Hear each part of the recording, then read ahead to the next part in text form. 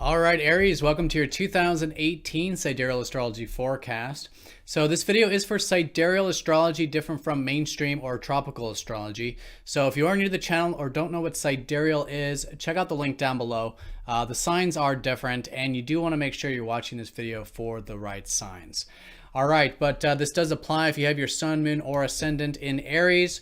And essentially what we have here is an expansion with relationships for you this year. You have Jupiter transiting your 7th house. Could be opportunities here. You're just all in all open-minded about this area, which is what can create a bit of opportunity and luck for you. Now, Saturn is transiting your 9th house. So a lot of you, I think, are taking seriously matters pertaining to philosophy or astrology or travel. Some of you may be doing this stuff through your work, in fact, also.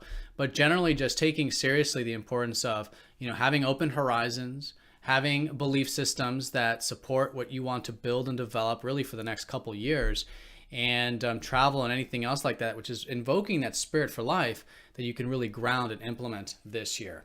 All right, so those are the two major areas of emphasis, but we're going to look at this for the important dates month by month here when we return.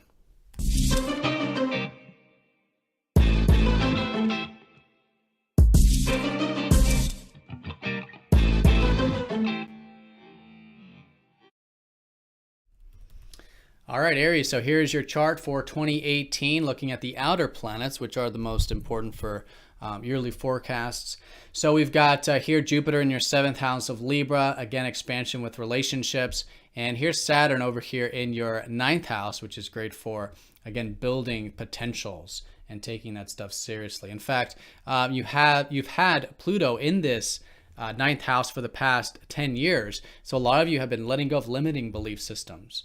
And so now through this continuous growth that you're doing here about shedding unhealthy belief systems and unhealthy perspectives, that is helping you expand and see potentials. Now Saturn can help you ground all this and make it into a reality. So this is, of course, a general forecast. So I do recommend, if you haven't yet gotten a reading for 2018, there is a link down below this video and at the end of this video for 20% off. So do check that out if you would like a more specific, detailed look at your particular chart. But let's start here. January, we do have January 16th, Jupiter sextiling up to Pluto. Very nice support between, again, the relationship sector. Pluto can help you get some depth in those relationships, maybe break some patterns there, but any patterns you're breaking there, I think it'll be easy to break in this positive flow. And again, as you're expanding your horizons and seeing, the open picture, the possibilities, that's directly supporting your relationship. So it could be adventurous through there. You could be discussing philosophy through your relationships and things like that. So that's January 16th. And at that same time, we just so happen to have a new moon in your 7th house. In your 9th house. So January, there could certainly be some new beginnings about what is possible.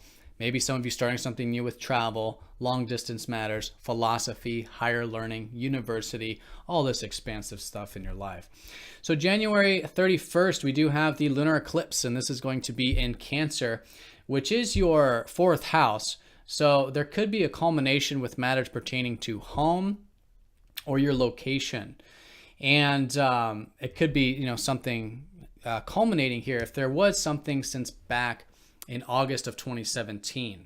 So if that's the case, but what I think it's going to be pulling more on actually is on your self-expression, because what's happening here is that the North Node is actually finishing Leo and going into Cancer around this time.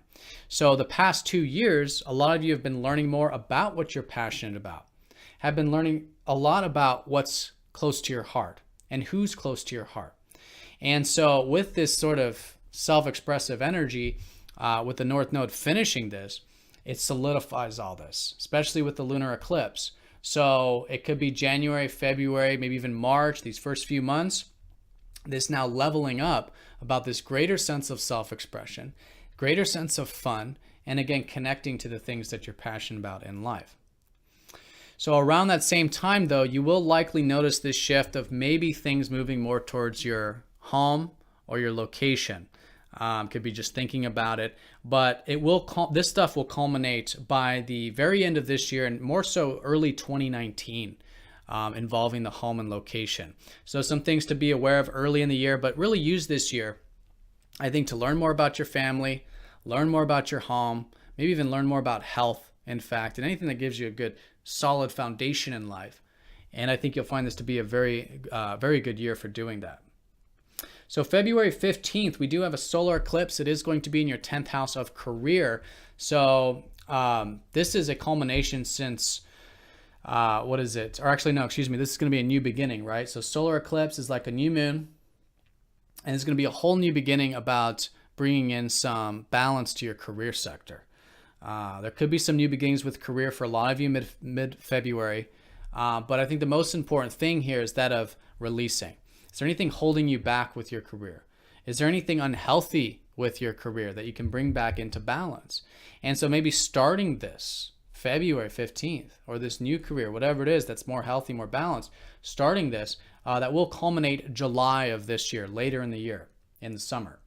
And so between February and July, really great time to be developing the career. But again, I think with the concept of bringing balance back to that. So April 14th, we do have Jupiter sextiling to Pluto for the second time. So this is, again, that positive flow between your relationships and your open horizons. This is where it makes a little more sense by this time. You could be shifting and now implementing some of this stuff. So really between January and April, you're learning about this. And then between April and the rest of the year, let's just say, it will be about integrating it, actually implementing it in the world. Again, your open-mindedness, anything on that level, as well as relationships, which are two areas expanding. This stuff cultivates in September, which we'll talk about when we get there. So April 15th, we do have a new moon. It will be in Pisces, which is your 12th house, conjunct up to Uranus. So mid-April, there could be this new beginning about spiritual well-being and how it's been so important for you to have that. A lot of you are finding a lot of freedom through spiritual activities, through your alone time, through your using your imagination and all of this that you've really been doing for the past like 8 years. That now is a new beginning with this, more peace, more tranquility. And a lot of this can be very freeing for you going into the rest of spring. Now, May 25th, Jupiter trines up to Neptune. Again, Jupiter in very good aspect this year. Again, supporting the relationship sector. But in this case, I think there is just this very good easygoingness coming into the relationship side. Neptune trining up to Jupiter. This could also have to do with friends, actually. It could be a really good year for that. This actually technically started December of last year, 2017. So this is actually the second aspect here we have with this, that now between May and the end of this one, we will be solidifying. So this will be between May and August, solidifying this receptivity in your relationships, this expansion with your friends, your network circles, your community. And there's just really good links. A lot of you will be forming relationships with friends, with networks, with community. And a lot of you too, maybe through your relationships, seeing opportunities for your future, right? Opportunities for your hopes and wishes for the future, and manifesting, I think, a lot of this, idealization that I think you've had about community or about the future or the world at large or your future hopes and wishes, right? Which is in very good energy flow this year. So whereas Neptune might have been more confusing in the past, uncertain about maybe some of this stuff, now it's very much easy to work with this year. And so May 25th could be a shifting time for that. All right, so once we get into June 28th, we do have a full moon with that Saturn. So this could be the culmination of again, anything you're expanding with this year, whether it's your belief systems or travel or whatever it is you guys are building here this year. Now this culmination. So whatever started maybe back in December of 2017 with this area, because that's when we had the new moon here. Now the full moon here with Saturn, June 28th.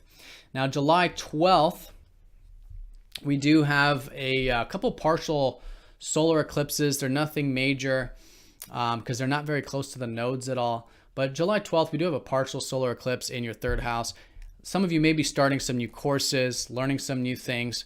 Wouldn't be a bad month for getting into some of that learning, in fact, and maybe even communication. But by July 27th, we do have the lunar eclipse with the south node. So like I was saying, back in February, we talked about this new beginning with your career. Well, this could be when things culminate, all right? Now, again, it's the culmination of bringing more balance back to the area. So you could come to an awareness about what needs to be released, what needs to be let go here. And that could be very freeing. And it could also be supporting you with what I was saying this year is about your home or your location or your family or your health, these personal things in life that you can be focused on and developing this year, just building your roots.